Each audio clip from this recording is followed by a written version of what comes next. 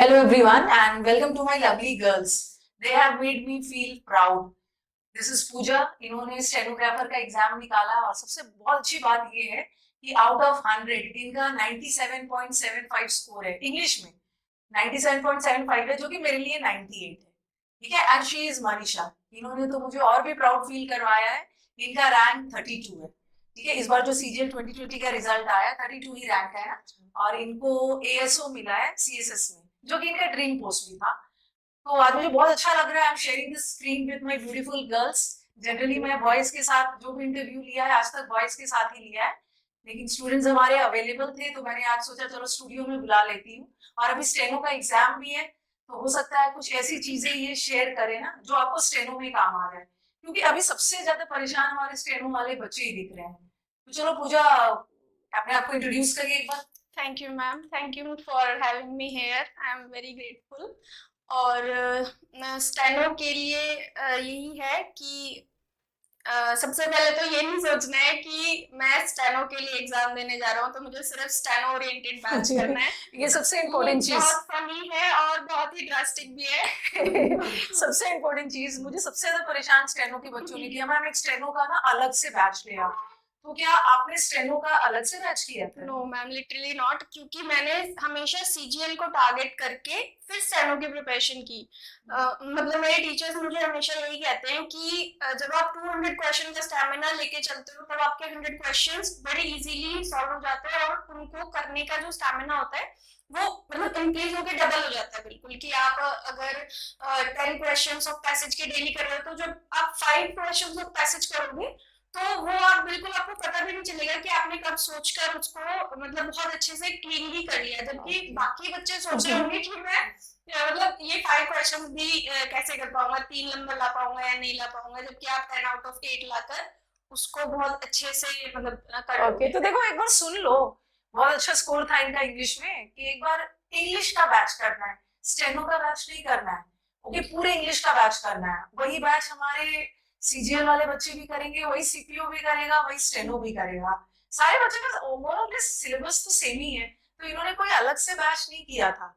और जब इनका मैसेज आया था ना तो एक लाइन इन्होंने लिखा था कि मैम इंग्लिश ने मुझे बचा लिया। तो चलो कुछ बोलना चाहोगे? एग्जैक्टली मेरा जो स्कोर है वो इस अकॉर्डिंग नहीं था कि अगर मेरे इंग्लिश में 90 प्लस नहीं होते या 97.75 भी ना होते तो भी मेरा सिलेक्शन नहीं होता। अगर 0.75 भी अगर मेरा ज्यादा नहीं होता तो मेरा सिलेक्शन नहीं होता, क्योंकि मेरे जो मार्क्स हैं वो 152.56 है और कट ऑफ गई है 151.7। She is lucky. एग्जैक्टली मुझे सिर्फ इंग्लिश नहीं बचाया है। और मेरा एम हमेशा से यही रहता है कि क्योंकि मेरा इंग्लिश स्ट्रांग है तो मैं उसमें एक भी मार्क्स नहीं कटने दूंगी। और बस फिर भी 2 मार्क्स रह गए। अच्छा क्या क्या रॉन्ग किया आपने? मैंने एक तो वोकैब मैंने छोड़ दिया था और एक एरर मेरा रॉन्ग हो गया था। ओके तो I will try next time कि ओके और एक चीज और पूछना था, इसका मतलब है आपका 90 करीब करीब 98 मार्क्स आया है, इसका मतलब आपका क्लोज टेस्ट पूरा करेक्ट हुआ है? Yes ma'am, cloze test passages सब कुछ मतलब मैंने इस हिसाब से तैयारी की थी मैम। जैसे आप कोई भी पैसेजेस करा रहे हो तो मैं मतलब आपकी एक दो बार मैंने वो देख लिया कि आप कैसे पढ़ा रहे हो, उसके बाद क्योंकि आप यही बताते हो कि सेंस बनना चाहिए, सबसे पहले पैसेज की सेंस को पकड़ो कि वो क्या कहना चाह रहा है, पॉजिटिव जा रहा है नेगेटिव जा रहा है।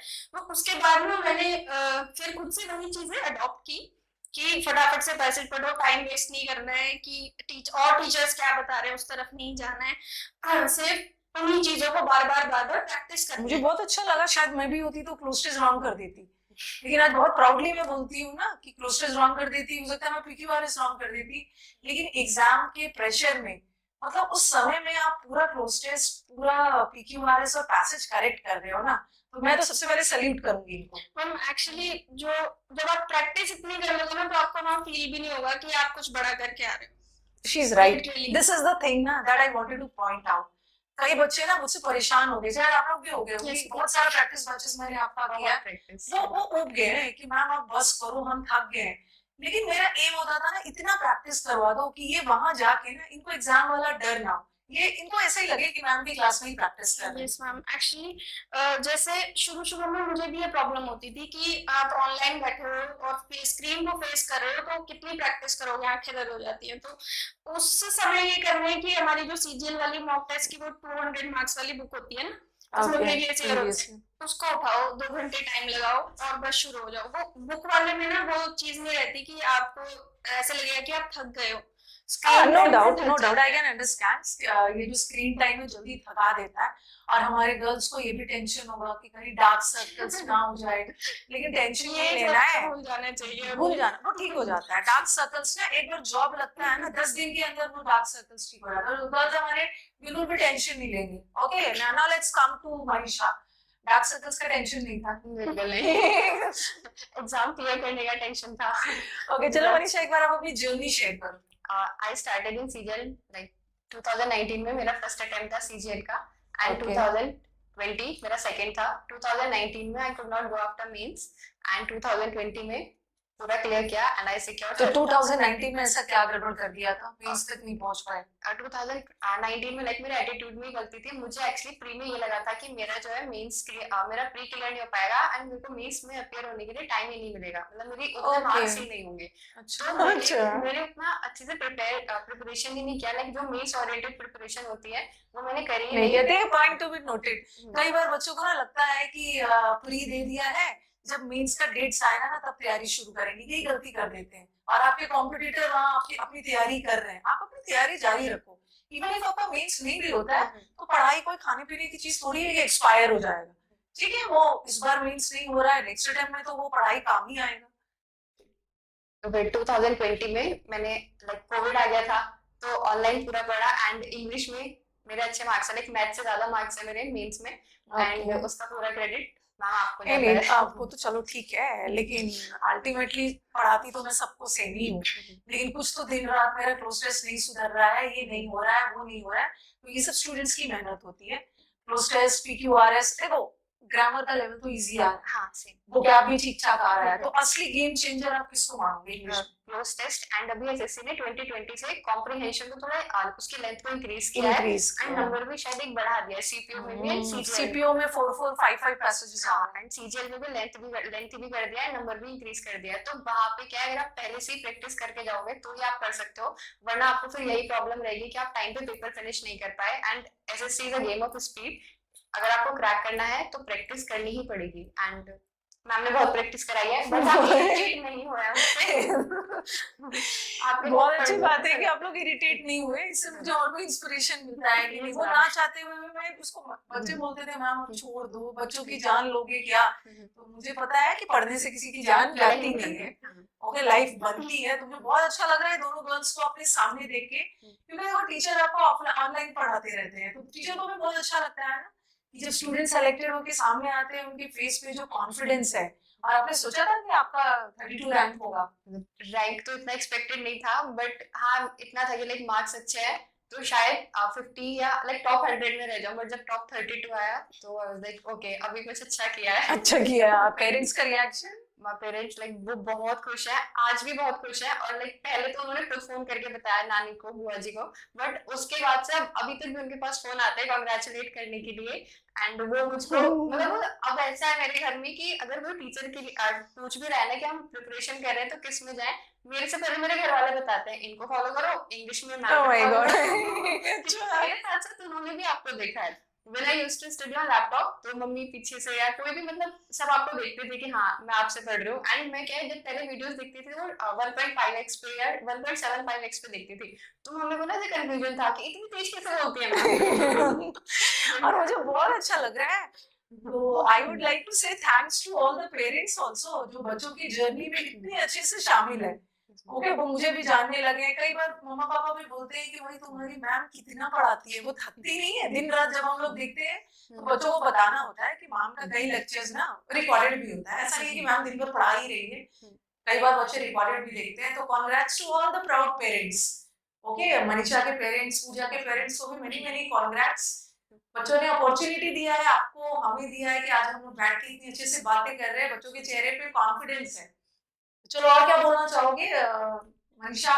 जैसे जीएस को लेके बच्चों का कंफ्यूजन रहता है, कैसे आपके जीएस में कितने मार्क्स थे? जीएस में मेरे 33.5 मार्क्स थे एंड मेरी Okay. एक्सपेक्टेशन से बहुत ज्यादा मार्क्स थे। 33.3 मार्क्स बहुत अच्छा है। हम्म। अच्छा, नहीं तो बच्चे तो हमारे परेशान रहते हैं। जो भी जब ये वीडियो जाएगा ना, जो भी सुनेंगे तो बोलेंगे मैम मनीषा ने तो बहुत अच्छा नंबर लाया। एक बार आप पूछिए कि कहाँ से कैसे जीएस किया है, शेयर कर दो।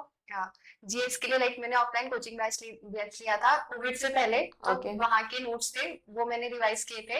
एंड मेन चीज जो है, अब करंट अफेयर्स का वेटेज बढ़ रहा है एसएससी में, तो उसके लिए मैंने almost 6 to 7 months daily morning में करंट अफेयर्स की वीडियो देखी थी एंड स्टैटिक जीके भी वहीं से प्रिपेयर किया था। एंड उसके बाद डेली लाइक एक ऐप है अड्डा 247, तो उस पे मॉक्स लगा लेती थी मैं। लाइक आज मैंने करंट अफेयर्स पढ़ा, वहीं से आर्टिकल पढ़ के और वहीं पे डेली मॉक्स लगा लेती थी। एंड देन जब एग्जाम पास आता था तो एक और लाइक सर है यूट्यूब पे, राहुल मिश्रा सर, उनकी मंथली कंपाइलेशन आती है जल जला करके, तो फिर उनको मंथली जब रिवाइज करती थी तो सब एकदम माइंड में प्रिंट हो जाता था एंड उसकी वजह से एग्जाम में काफी अच्छे मार्क्स आए। काफी, और अल्टीमेटली जीएस तो अपने से भी प्रैक्टिस। हाँ, अपने से प्रैक्टिस जितना भी। और आपका क्या हाल चलता है जीएस में? मार्क्स एक बार शेयर कर जीएस में मेरे मार्क्स थे 19 मार्क्स थे, ज्यादा मार्क्स नहीं थे। आपको तो इंग्लिश में बचा है।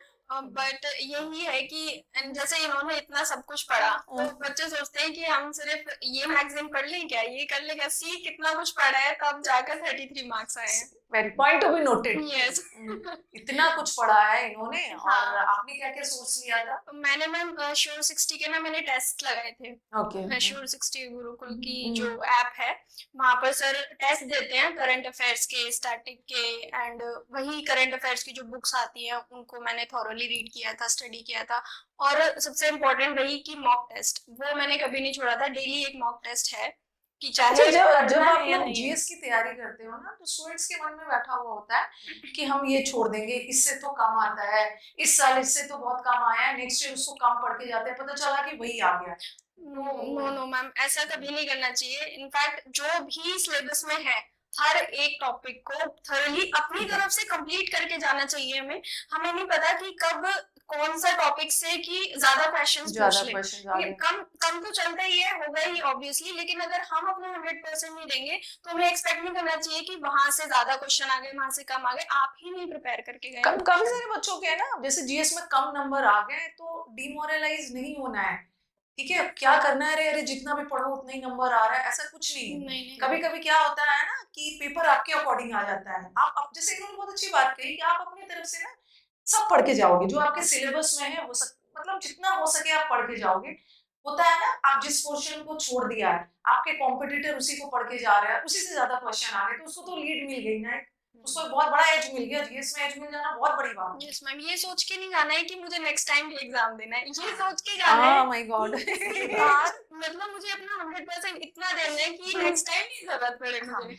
आप लोग जो मुझे जब स्टूडेंट्स का एक अटेम्प्ट में सिलेक्शन नहीं होता है तो मुझे सबसे ज्यादा टेंशन होता है इस बात की। आप लोग मैम आप ऐसे ही बोल रहे हो, मुझे लगता है ये बच्चा फिर आएगा बैच में, फिर इसको क्लोज टेस्ट उतना ही पढ़ना होगा, फिर पीक्यूआरएस करना होगा, बहुत टॉर्चर है। तो जैसे भी करके ये नहीं करना चाहिए कि बार-बार क्लासेस ले रहे हो। मैंने आपकी ना वोकैब की क्लासेस मतलब रिपीटेड ली हैं, जो समुद्र मंथन बैच आपका है, वो मैंने हमेशा मतलब कि 1.5 घंटा लगा के डेली का कि मुझे वो करना ही करना है, कि चाहे 2 क्लासेस खत्म हो, चाहे 1.5 क्लासेस खत्म हो, कैसे भी वो बिल्कुल सेट है, क्योंकि उसके लिए रिवीजन चाहिए बार-बार। और मुझे बहुत अच्छा लगा, मुझे बहुत प्राउड फील होता है कि मेरा समुद्र मंथन बैच बच्चों को इतना पसंद आया। और मैंने सोचा है ना इसको और भी इम्प्रूव करूंगी।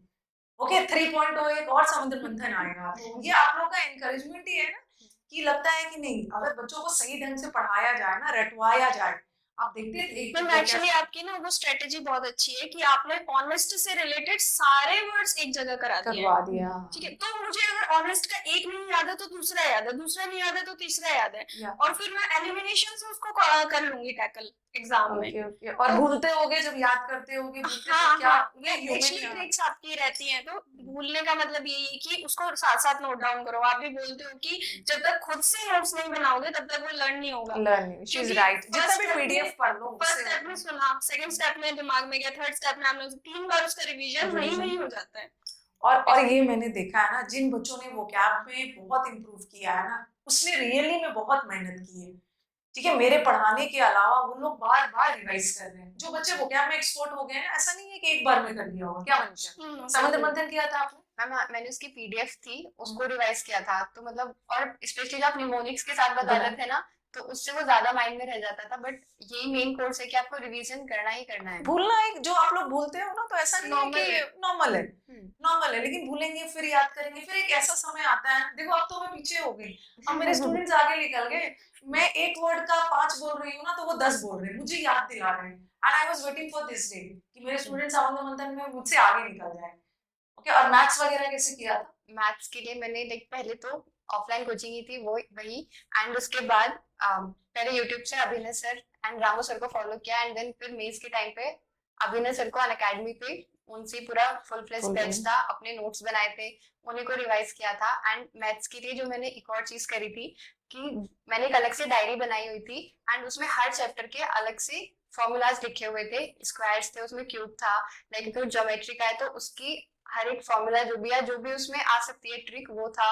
और जो कुछ ऐसे क्वेश्चंस थे जो कि आपको पता है एग्जाम में आ रहे हैं लेकिन वो मुझसे नहीं होते या फिर मैं उनसे भूल जाती हूँ, तो वो मैंने अलग से उसमें नोट कर रखे थे सो दैट कि एग्जाम के टाइम पे मुझे रिवाइज करने में और ये चीज ना कोई आपको सिखाएगा नहीं, ये सेल्फ एनालिसिस है, ये कोई आके सिखाएगा नहीं, स्टूडेंट्स को खुद जज करना है कि मेरा वीकनेस यहाँ कहाँ है। आप लोग क्लास में आके बोलते हो ना मेरा ये नहीं हो रहा, मेरा वो नहीं हो रहा, तो मैं आप लोगों को डांट देती हूँ कि देखो आपको कुछ भी नहीं हो रहा ना, टीचर दूर से कुछ नहीं कर पाएंगे, आपको देखना है कि आपका प्रॉब्लम क्या है। लाइक शी सेड कि मुझे ऐसा ऐसा करना है, तभी तो 32 रैंक लाई है। पढ़ाने के बाद इन्होंने अपना एफर्ट लिया है, पढ़ तो सब रहे हैं, तो पैरासाइट्स नहीं बनना है। ऐसा नहीं है कि आप लोगों को पूरी तरह से टीचर पे डिपेंडेंट हो जाना है, अपना तो अलग से करना है। And what about the calculations? Calculation के लिए मैं डेली प्रैक्टिस करती थी, लाइक ऐसे रैंडमली कुछ भी नंबर था उसी को ऐड करना, सब्ट्रैक्ट करना, तो उससे मेरी कैलकुलेशन की स्पीड अच्छी हुई। एंड रामो सर एक और चीज बताते हैं कि आपको जो भी कोई अगर नंबर दिखे तो उसको माइंड में उसके फैक्टराइजेशन करने की कोशिश करो। तो उसकी वजह से जो मल्टीप्लिकेशन और डिवीजन वाला पोर्शन है मेरा, वो भी बहुत स्ट्रांग हुआ। बेसिकली प्रैक्टिस ही है, कैलकुलेशंस वो कोई नहीं कर पा सकता है, वो आपको अपना करना है, टीचर आपको गाइड कर देंगे। लाइक शी सेड फैक्टराइजेशन से रिलेटेड, आप तो ब्लेस्ड हो, आपका तो मैथ्स था ही। कई बच्चे मैथ्स के डर से ही ना वो स्टेनो में आ जाते हैं, बट जब फटाफट स्टेनो वाले बच्चे इस साल निकाल लेना एग्जाम, क्योंकि कोई ठिकाना नहीं है, जब सीईटी आ गया ना तो मैथ्स भी आ जाएगा। जिस डर से भाग रहे हो तो कोशिश करना इस साल निकाल लेना, और निकल जाएगा।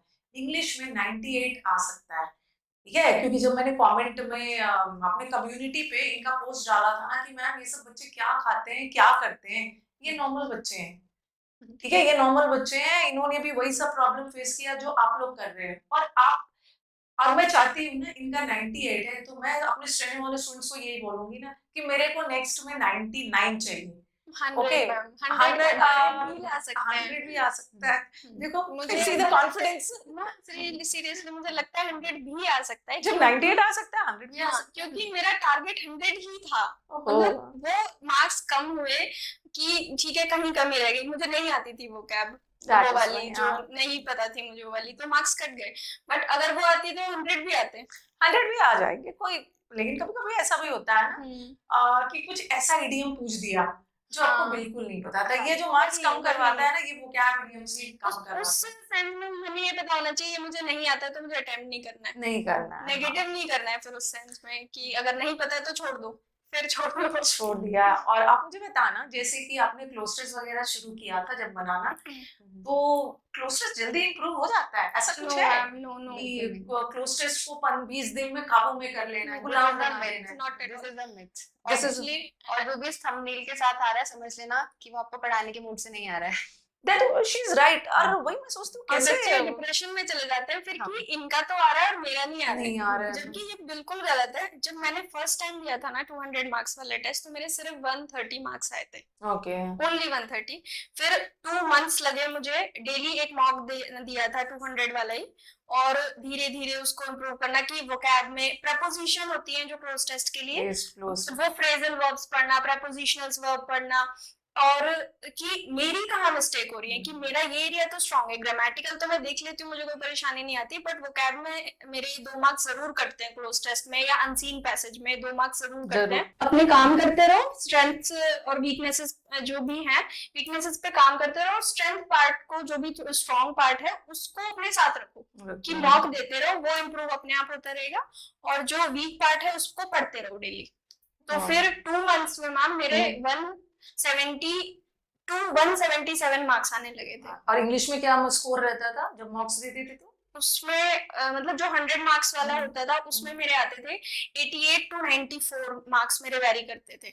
ओके, तो मार्क्स में तो मार्क्स वेरी करते हैं, हाँ। मेनी टाइम्स आपका मेन एग्जाम में ज्यादा भी आ जाता है, और कम कम भी भी आ, आ और जाता आपके है। कैसे कहाँ से मार्क्स वगैरह कैसे किया था, कितना मार्क्स देते थे? मॉक्स मैंने लाइक जो मेन मॉक दिए थे वो तो टेक्स्ट बुक से दिए थे, एंड उसके बाद वीकेंड पे ऑलिव बोर्ड मॉक्स प्रोवाइड कराता है तो वहां से मॉक्स दिए थे, एंड अड्डा 247 पे शॉर्ट क्विजेस दिए थे, और बाकी अन अकेडमी पे कुछ टेस्ट सीरीज होती है तो वो मैंने दिए थे। ओके, और अनअकैडमी के बारे में कैसे पता चला? अन अकेडमी मैम मेरे टीचर थे, गौरव सर थे, इनफैक्ट उन्होंने ही मुझे दिया था अन अकेडमी। मेरे पास तो उनके सब्सक्रिप्शन के भी पैसे नहीं थे उस वक्त, नो रियल। और फिर मैंने पढ़ना शुरू किया, और तब मुझे आपके क्लासेस के बारे में कुछ नहीं पता था, लेकिन फिर उसके बाद क्योंकि कोविड आ गया था तो फिर ऑफलाइन कोई सोर्स ही नहीं बचा था। फिर मैंने मतलब देखा कि आपके सबसे ज्यादा व्यूज हैं और मतलब क्लासेस ऐसे अवेलेबल हैं, फिर मैंने एक क्लास आपकी लेके देखी थी। So what was best is कि बेसिक टू एडवांस, कि मतलब एक ही क्लास में आपने ये बता दिया कि मुझे बेसिक भी अच्छे से पढ़ाना आता है और आप एडवांस कितना भी चले जाओ, I can handle that also. वो मतलब मैं फर्स्ट क्लास से आपकी फैन हो गई थी, और फिर वही धीरे धीरे फिर मैंने आपके बैचेस देखने शुरू किए कि जो फाउंडेशन आपके कोर्सेज हैं, फिर मेरा टारगेट वो थे कि अब इनको खत्म करना है और बस मेरी नैया पार हो जाएगी। बहुत बहुत मुझे बहुत, जब इनका स्कोर देखा ना, वेरी हैप्पी। हो सकता है कोई टीचर भी ना ला पाए, टीचर से भी इडियम्स फ्रेजेस कुछ गलत हो जाए और उनका भी स्कोर 94 95 आ गया, तो वेरी प्राउड हूं। तो होता है, देखो टीचर्स ऐसा नहीं है कि टीचर्स 100 में 100 ही ले आएंगे, यू नेवर नो, एग्जाम के प्रेशर में ना आता हुआ चीज रॉन्ग हो जाएगा।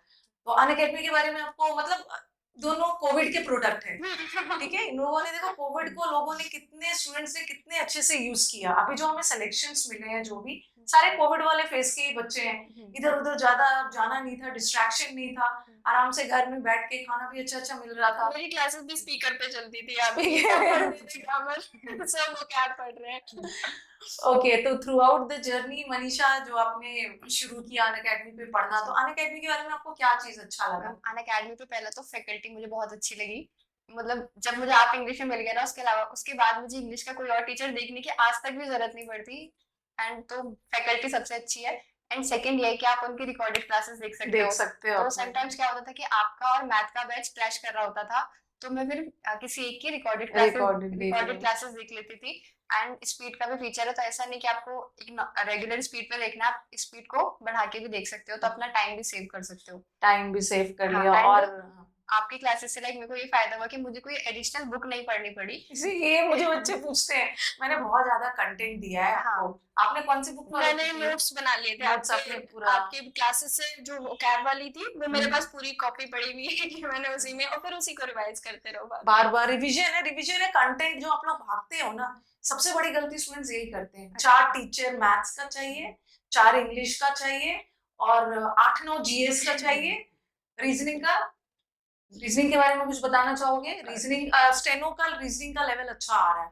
व्हाट आई फेल्ट, जैसे मैंने तो पेपर देखा नहीं है, बट स्टूडेंट से बातचीत करके लगा कि वो पूजा अच्छे से बताएंगे कि स्टेनो में in comparison to SSC pre steno में अच्छा लेवल आया है रीजनिंग का। क्योंकि एसएससी में जो भी एप्टीट्यूड है वो सिर्फ रीजनिंग से ही चेक कर सकते हैं, तो रीजनिंग का लेवल अच्छा ही आ रहा है। 2019 से ये जो चेंज आया है, टीसीएस ने जो एग्जाम्स लेने शुरू किए हैं, तो इसमें रीजनिंग का लेवल बहुत अच्छा आ रहा है। लाइक पहले, इससे पहले क्या होता था कि 50 आउट ऑफ 50 भी टारगेट करते थे बच्चे, हो जाता था कि जो बच्चा बहुत ही मेहनत कर रहा है तो 50 भी ला रहा था, बट अब वही कि 45 प्लस लाना इज अचीवमेंट। बहुत अच्छी बात है। रीजनिंग का लेवल बढ़ा, और सबसे इम्पोर्टेंट चीज तो स्टेनो के बारे में, द कट ऑफ। एक जमाना था जब स्टेनो का कट ऑफ 90s में जाया करता था, अभी 151 पॉइंट सबसे ज्यादा अगर लीड गया है ना तो स्टेनो का कट ऑफ। तो स्टेनो का कट ऑफ में English plays a very important role. Okay, ज्यादा नंबर का इंग्लिश ही है, तो इंग्लिश को तो नो डाउट इम्प्रूव करना ही है, वो तो खैर आपका एक मेन चीज है ही, बट ऐसा नहीं है, जीएस में भी उतना ही ध्यान देना है, क्योंकि you never know the cut off अच्छा पहुंच जाएगी। फिर आपके स्किल टेस्ट वगैरह है, स्किल टेस्ट के लिए मैम पूरा 1 ईयर तो देना ही पड़ता है, क्योंकि उसमें आपको 7 to 8 आवर्स डेली देने हैं। तो इस फेज से तो जल्दी से निकल जाओ कि फटाफट प्री की तैयारी करके और एग्जाम निकाल लो, क्योंकि मैंने देखा है बहुत सारे बच्चे ना मतलब बहुत मेहनत कर रहे हैं स्किल टेस्ट के लिए, पहले मुझे भी लगता था ना कि अरे 3-4 मंथ्स में हो जाता होगा। मैम जो इंग्लिश है ना वो आपके स्किल टेस्ट को कितना बूस्ट अप करेगी ना, आप उसको पहले ही पढ़ लो, आप सारे फ्रेजेस सारे वर्ब्स जितने भी हैं सारे मैक्सिमम वोकैब आप अपनी पहले से ही अच्छी कर लो, क्योंकि स्किल टेस्ट में वो आपको इतनी हेल्प करने वाली है। बिकॉज जिनको आती है स्टेनो उनको पता है कि बहुत सारे वर्ड्स जो हैं वो सेम ही बनते हैं। और आपका तो शायद आपके लाइफ में तो इंग्लिश का बहुत इंपॉर्टेंट रोल है। यस मैम, एक बार आप जॉब भी आपकी शुरू हो जाती है तो इंग्लिश तो इट्स वहां ऑल भी अबाउट काम। इंग्लिश। हाँ yes ma'am. English brings quality in your life. She is also working on her speaking part. Yes ma'am. और बहुत अच्छा मैंने इनसे पूछा मनीषा से कि एट प्रेजेंट क्या कर रहे हो। देखो जो बच्चे मेहनत करने वाले होते हैं ना वो रुकते नहीं है। शी टोल्ड मी कि मैम अभी मैं वर्क कर रही हूँ अपने पर्सनालिटी डेवलपमेंट पे, स्पोकन वाले पार्ट पे, क्योंकि ठीक है जॉब लेना एक अलग चीज है बट हर समय अपनी पर्सनालिटी को थोड़ा ग्रूम करते रहना है। जहां भी जाओ ना किसी से भी मिलो तो लोग आपको याद रखें। वो तो चाहे आप किसी कॉम्पिटिटिव एग्जाम की तैयारी कर रहे हो नहीं कर रहे हो बट अपने आप को प्रेजेंटेबल बनाना है।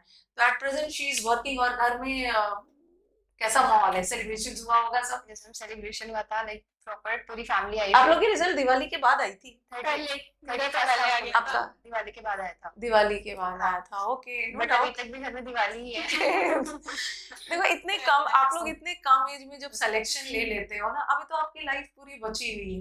कितना आगे जाओगे आप? इतने थोड़ा सा मेहनत कर दोगे लाइफ में। पूरे लाइफ तो मेहनत करना नहीं है। लाइफ का एक स्ट्रेच है, एक फेज है जिसमें जम के मेहनत कर लीजिए, उसके बाद पूरी लाइफ सेट है। तो अगर मैं मनीषा सम अप करना चाहूंगी कि 3-4 चीजें जो एक स्टूडेंट के अंदर होना चाहिए, चाहे वो एसएससी हो या कोई भी कॉम्पिटिटिव एग्जाम हो, अगर स्टूडेंट के अंदर ये 4 क्वालिटीज हो ना तो वो आराम से एग्जाम निकाल लेगा। तो what would you like to say? Like according to me, पहला तो है लिमिट योर रिसोर्सेज। आप हर किसी टीचर के पीछे मत भागो कि नहीं मेरे को एक नहीं चार चार टीचर करने ये हैं। बच्चों में ना हो सकता है जब बच्चे आते हैं ना तो यही चीज रहता है कि जितना ज्यादा रहेगा ना, मैं जितना ज्यादा पढ़ लूंगा तो वहीं से आ जाएगा। बट होता क्या है ना, आप पढ़ नहीं पाते हो, सिर्फ इकट्ठा करके पीडीएफ रखे रह जाते हो, नहीं पढ़ पाते हो। तो एक ही टीचर से पढ़ो, जिस टीचर पे आपको कॉन्फिडेंस है, जिसका समझ में आ रहा है, किसी के कहने पे नहीं जाना है, जिससे आपकी कंपैटिबिलिटी है, आप पढ़ो उनसे, बार बार रिवाइज करो, प्रैक्टिस करो। Second thing, second, revise and analyse. जो भी कंटेंट है उसको रिवाइज करो, एंड जो भी आप मॉक्स देते हो उनको प्रॉपर्ली एनालाइज करो। Mock is not like a game of cricket कि जितने रन बना दोगे अच्छा हो जाएगा, नहीं। इट्स लाइक जितने मॉक दे रहे हो उनको प्रॉपर्ली एनालाइज करो and then move on to the next mock. Okay, she is right. बिना एनालिसिस का तो चलेगा नहीं। हाँ। क्योंकि नहीं तो एनालिसिस नहीं करोगे ना तो बार बार आई थिंक वही गलती रिपीट होते रहेगी। And third point is like stay healthy, क्योंकि हम एस्पिरेंट्स प्रिपरेशन के टाइम पे बहुत फिजिकल हेल्थ पे ध्यान नहीं देते। इतना फिजिकल एक्टिविटी नहीं रहती, हेल्थ भी अप एंड डाउन ही रहती है। तो हेल्थी रहोगे, अच्छे से एफिशिएंटली पढ़ पाओगे। And the fourth point is stay consistent, capital letters. Consistent, इन्होंने इस चीज पे फोकस। किसी भी लाइफ में ना, पढ़ाई छोड़ो ना, किसी भी चीज के लिए कंसिस्टेंसी तो मैटर करता है। अभी अभी मुझे कुछ बच्चे स्टेनो के जो एग्जाम देने जा रहे हैं, अभी कब है, 17th-18th को है, यस तो बोल रहे हैं मैम अभी तो मैंने मॉक नहीं दिया, आज से शुरू कर दूं, एक एक दिन में 3-3 मॉक दे दूंगा। ऐसा ऐसे नहीं। You land in disaster. ये तो बहुत मुश्किल हो जाएगा। फिर इतना थक जाओगे ना, अपने आप को इतना एक्सर्ट कर चुके होगे, एग्जाम के दिन आपका बेकार हो जाएगा परफॉर्मेंस। तो कितने दिन पहले मॉक शुरू किया था आपने देना? मैंने काफी पहले से मॉक्स देना शुरू किया था। इनफैक्ट जब मैं प्रिपरेशन भी करती थी ना, एक बार कोर्स पूरा होने के बाद जब मैं रिवीजन करती थी तो मॉक्स मैंने काफी पहले से देना शुरू किया था। आपका सिलेबस हो गया था? हाँ, सिलेबस हो गया था। उसके बाद फिर मैंने मतलब बस ऐसे ही था कि दिन में एक ही मॉक दिया है। प्री के टाइम पे मैंने 2 मॉक भी दिए क्योंकि वो थोड़े छोटे होते हैं। बट मेंस के टाइम पे ऐसा था, मॉर्निंग में मैथ्स का एंड इंग्लिश का आफ्टरनून में। बट मैंने जो एक और चीज करी थी जो मतलब मुझे अच्छी लगती है, लाइक अगर आपको पता है कि आपका मैथ्स का पेपर सुबह 9 से 11 की शिफ्ट में है तो आप मॉक उसी टाइम पे लगाओ, सो दैट कि आपका बॉडी क्लॉक तैयार रहे, वहाँ पे उतना स्ट्रेस ना हो।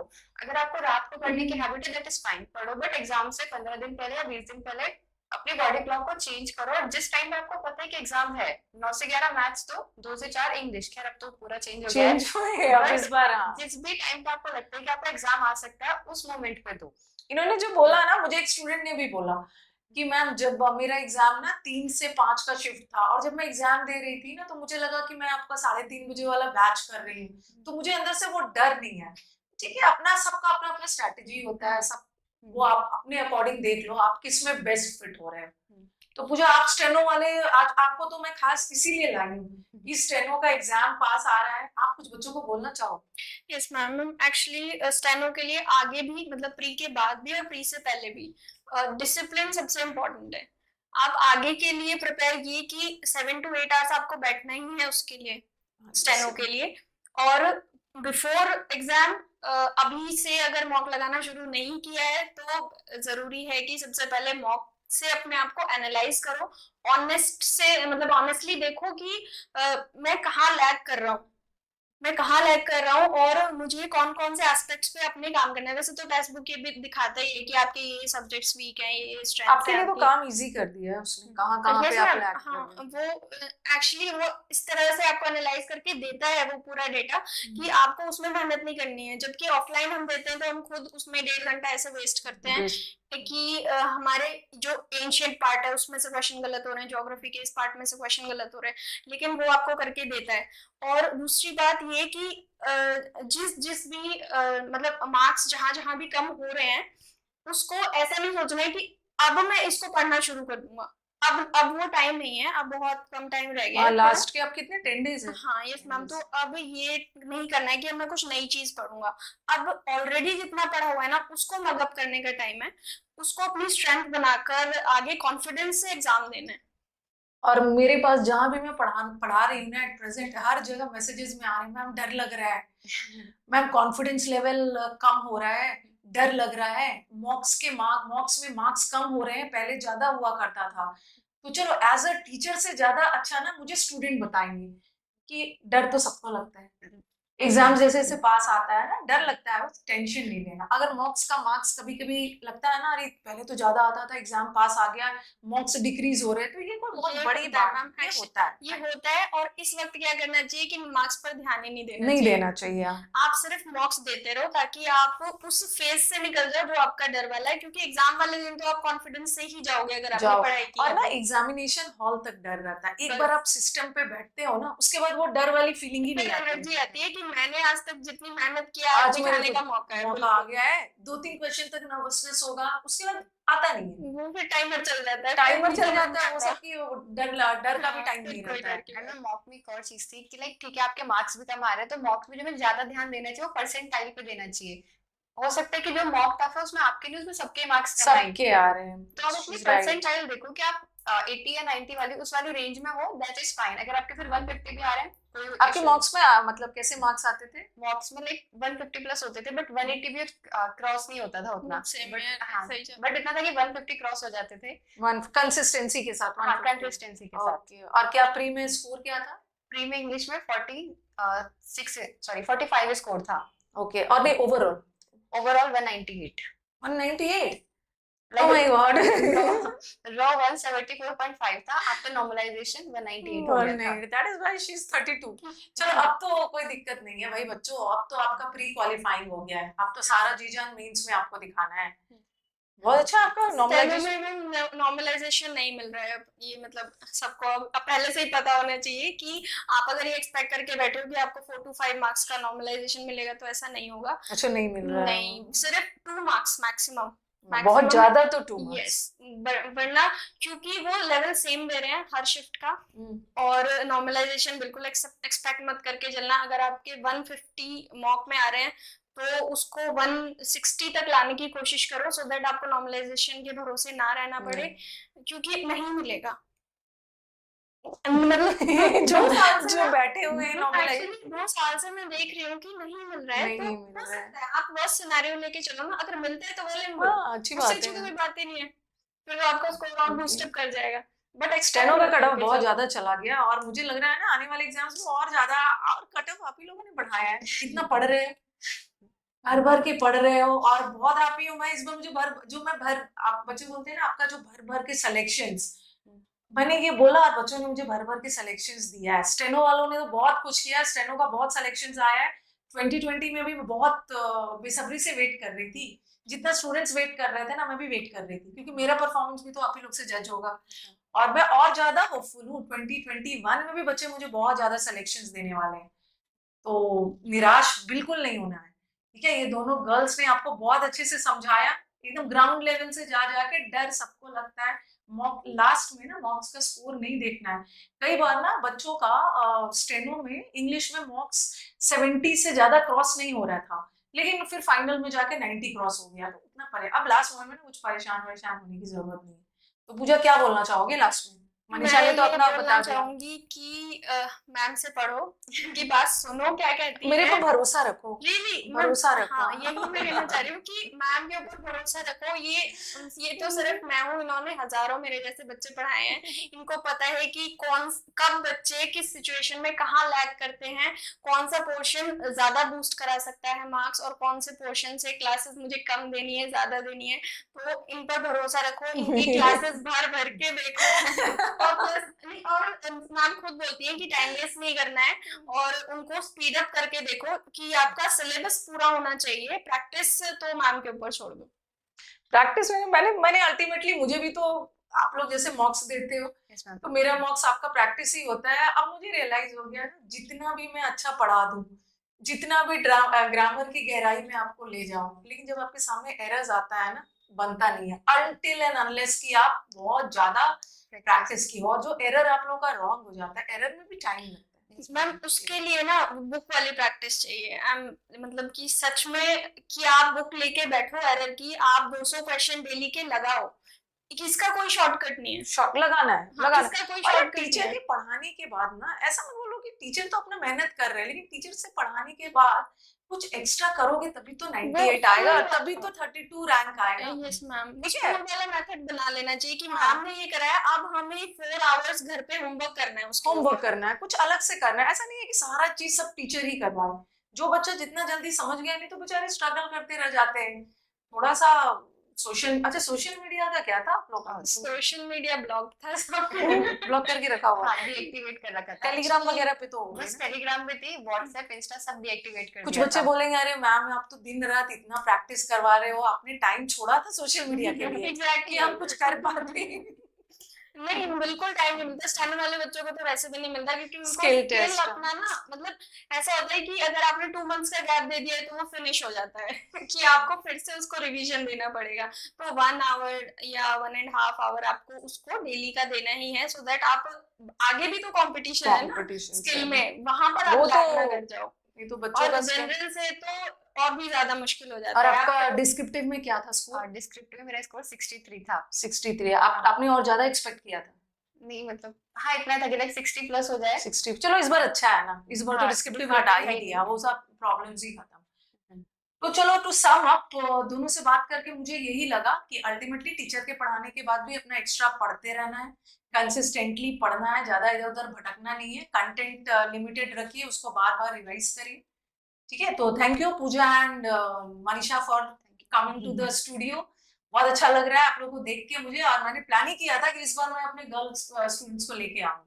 मैम एक दिन था कि मतलब मैं सोच रही थी कि मैं मैम से बात कैसे करूं, मुझे प्रॉब्लम आ रही है मतलब पढ़ने में, और मतलब कि लास्ट 15 डेज वाले टाइम ही मैं सोच रही थी कि मतलब कैसे मैं कांटेक्ट करूं, मुझे बात करनी है मुझे थोड़ा। और आज है कि मैं आपके सामने बैठी हूं। आज आप मेरे I सामने am बैठे हो, ये तो एक बहुत छोटी सी feeling अचीवमेंट very है। lucky. ये तो एक छोटी सी अचीवमेंट है। अब देखो आप किसके किसके साथ और आगे बैठ रहे हो, कैसे लाइफ में ग्रो कर रहे हो, और मैं भी कहीं से आपको देखते रहूंगी, आपकी बातों को याद करूंगी। टीचर का क्या है, स्टूडेंट्स जैसे जैसे एक एक स्टेप बढ़ते रहते हैं, उनके अंदर उनका कॉन्फिडेंस क्या है। आज मैं इतना कॉन्फिडेंट हूँ just because of my students. मैं इतना स्ट्रॉन्ग फील करती हूँ। I have a family of 1 million YouTube पे, इतने सारे यूट्यूब के बच्चे हैं, इतने सारे हमारे प्लस के स्टूडेंट्स हैं। मैम एक और चीज मुझे शेयर करनी थी इंग्लिश में कि लाइक प्री के टाइम पे मैंने आपसे यूट्यूब से पढ़ा था, एंड जो अनअकैडमी पे आप स्पेशल क्लासेस लेते थे वो, तो प्री में मेरे जितने भी मार्क्स आए 45 वो मैंने आपकी क्लासेस से ही करे। एंड ऐसा नहीं था कि आपका स्पेशल क्लास का या मींस लाइक जो पेड क्लासेस है उनका कंटेंट कुछ अलग है, नहीं, दोनों में आपकी सेम एनर्जी थी एंड सेम डेडिकेशन थी। तो thank you, this is a very good compliment. आज भी मैं क्लास ले रही थी, मुझे एक बच्चे ने बोला कि मैम आप ना भेदभाव नहीं करते हो। तो मुझे भी आप मेरे यूट्यूब और स्टूडेंट को यही बोलना है ना कि जब मैं भेदभाव नहीं करती हूँ ना, तो रिजल्ट देने में भी भेदभाव नहीं करना, Yes, और मेरे से कांटेक्ट करना जरूर हमारे यूट्यूब वाले students. Actually ma'am this is true कि मतलब जब हम ऑनलाइन पढ़ रहे होते हैं ना, तो कई बार क्या होता है कि टीचर्स प्रमोशन में इतना टाइम लगा देते हैं, प्लस और इधर उधर की बातें या बच्चों से मतलब स्टडी रिलेटेड इंटरेक्शन ना करना, वो थोड़ा परेशान करता है जब हम क्लासेस को अपना इतना कीमती टाइम दे रहे होते हैं।